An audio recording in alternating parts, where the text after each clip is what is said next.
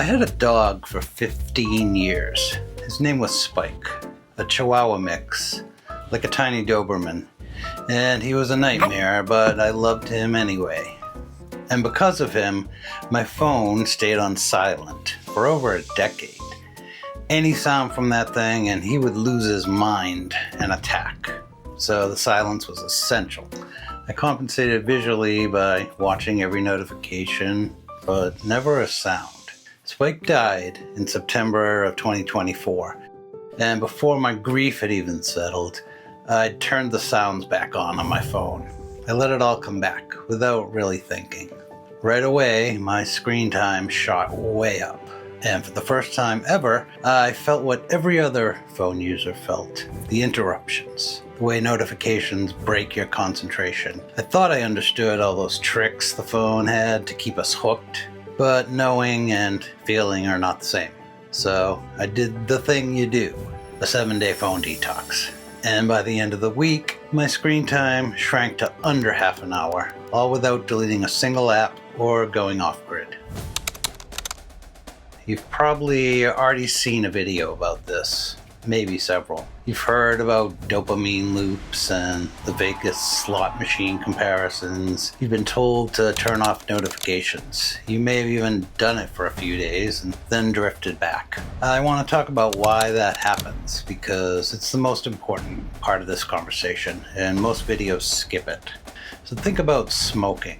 The Surgeon General warned about cigarettes and lung cancer way back in 1964. But for decades afterwards, people kept smoking, even as the warnings got louder and harder to ignore. And not because they were stupid, not because they hadn't heard, because information, even true urgent information, doesn't reliably reach the part of the brain that actually changes behavior. Knowing something and having it change your behavior are two different neurological events. Today, we're in the Surgeon General's warning phase of phone addiction. Everyone knows it, and the warnings are everywhere. Problem is, as we said, knowing doesn't automatically turn into changing. When smoking finally shifted, it wasn't just pamphlets, it was packaging, taxes, smoking bans, labels, changes to the environment that made smoking harder and less appealing. So as it turns out, there is a way to change behavior, and the ideas in this video do matter. But they're only useful when they're paired with simple, immediate changes. We're going to start to make these changes today to the spaces your phone occupies, the rooms, desks, and pockets it moves through from day to day. That's what the rest of this video is about. Before I get into what I did, here's a quick map of what we're dealing with, because understanding the design is part of breaking its hold. Think of your phone as a container. Some of what's inside generally serves you. Maps, camera, calendar, messages from people you actually know. That value is real, and we're not touching that. The problem is the other stuff that lives in this container. The apps with the business model that depend on just one thing, keeping you leashed to them as long as possible. This is what we now call the attention economy, a system where apps compete to keep you hooked, not to serve you. Your time on each app is the value that the creators extract from you, and that arrangement was never discussed when you agreed to it. It was never explained. It's hidden. Most of the apps you spend time on are not there to serve you, they're there to retain you. And two design tools make this work. And together, they create a third effect in your brain. The first is intermittent rewards, the unpredictable hit, same as in a Vegas slot machine. It makes that compulsive checking of your phone hard to stop. It feeds off your FOMO. The second part is the notifications, those tiny jolts of manufactured urgency, arriving constantly, training you to respond before you're even asked whether you care. Put those together and they cause this third piece, the part that makes you care, that makes you obedient, that dopamine loop. Your brain gets conditioned to crave that next win more than it actually enjoys the thing that it wins. And none of this is accidental. Someone sat in a room and decided that unpredictable rewards would keep you leashed to the screen. And someone decided that notifications should feel urgent even when they're not. These were deliberate choices made by people who study how your brain works, and it's all aimed at manipulating your attention. That's the machine. Now, here's how I jammed it. Actually, for years, I've been resisting the rise of this attention machine in small ways, mostly unintentional, I think. Around 2016, I moved away from those to-do apps and notes apps back to physical notebooks. Not for any philosophical reason, I just realized I couldn't flip through a phone the way I could flip through pages in a book. Then around 2017, I left Facebook. An uncle had gotten ugly after that election, and I thought, I don't need this crap. That was the whole reason. It wasn't a sophisticated critique of platform manipulation, it was just, this feels bad and I'm out. And it stuck. Instagram went the same way for me. Nothing dramatic. I just noticed what it cost to keep up, and I decided to stop paying. I was responding to something real before we came up with the modern labels to describe what it was all doing. Now, onto what I actually did. This isn't a theory, it's a series of steps that I settled on, in the order I did them, and what they felt like each step of the way. The first thing I did was count. I counted how many apps had permission to interrupt me. Sounds, badges, lock screen alerts, and banners. 47. 47 separate apps with permission to grab my attention whenever they wanted. I didn't download these 47 apps thinking, please interrupt me constantly, just accumulated one at a time over years. And every one of those apps has people whose full-time job is to get and keep that notification permission. It's not a phone, it's an open bar. So on day one, I took most of it back. I didn't realize how much my mental bandwidth was being spent just monitoring that phone, not even using it, just watching it. And right now it's just quiet. That quiet caught me off guard though. I expected withdrawal. I expected to feel like I was missing something. What I felt instead was mental space I didn't know I'd lost. The second thing I did was turn off the color. I went full grayscale. Without color, there's no visual reward. The next time I picked up that phone, my brain expected stimulation and got nothing. Just a gray rectangle. A tool. And here's why this works. Our brains are wired to seek out bright colors and high contrast, and apps use this to keep us hooked. If you remove the color, you remove one trigger that hijacks your attention. In black and white, the phone felt oddly flat, which was exactly the point.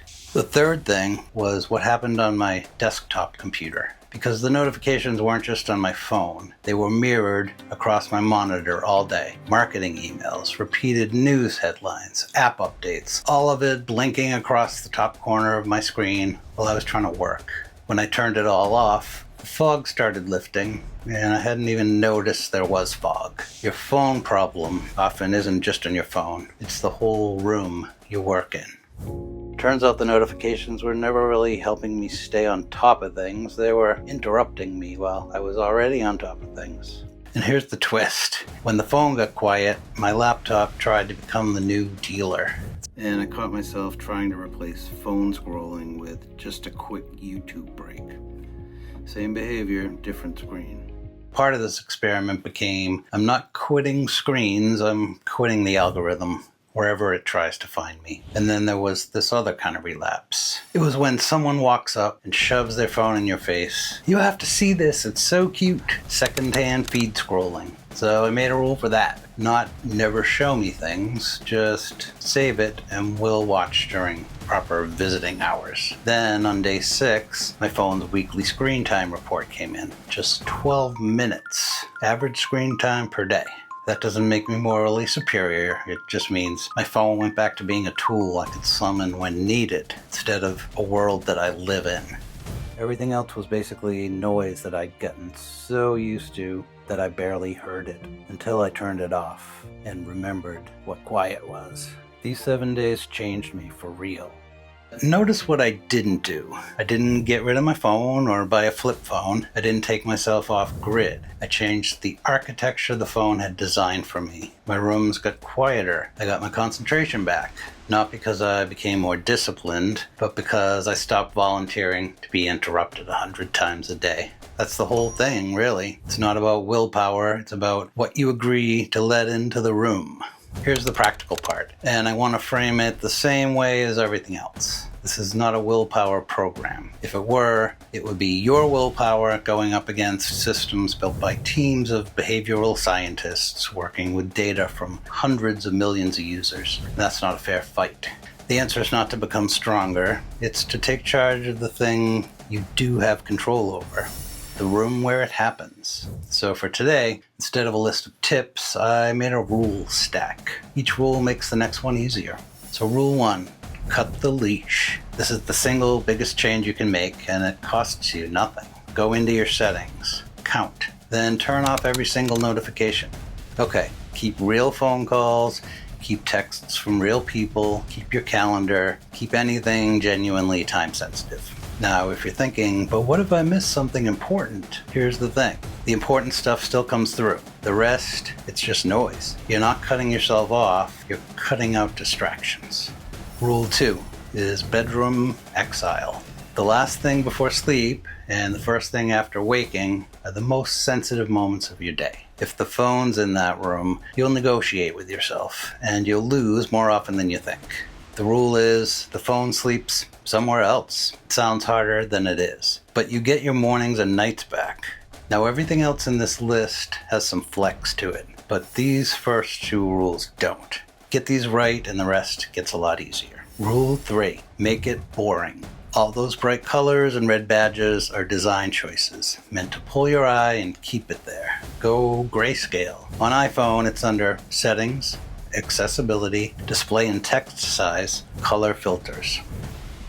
On Android, search for grayscale in your settings. Pro tip, set a shortcut to toggle it quickly. Grayscale doesn't make your phone useless. It makes it look like a tool instead of a slot machine. Rule 4, real breaks only. A lot of us reach for the phone when we're tired and call it a break. But it's not a break. It's more stimulation, more noise. My rule, if I'm taking a break, the phone stays down. Walk, coffee, stretch. Let your brain cool off. Boring is the medicine. Rule 5, visiting hours. No more random checking. That's how the algorithm turns your day into a casino. My solution, visiting hours. I picked 8 a.m., noon, 6 p.m., and 9 p.m.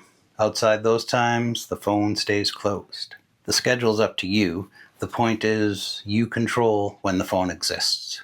Rule 6, in, out, done. Before I unlock the thing, I say what I need to do. 1 sentence, even 1 word. Texts, calendar, banking, done. If I catch myself drifting, if I open it just to look, mission failed. Lock it, walk away. This is how the phone becomes something you summon, not a place you live in. Rule 7, fill the vacuum. If you remove the phone without replacing the habit, it'll come back.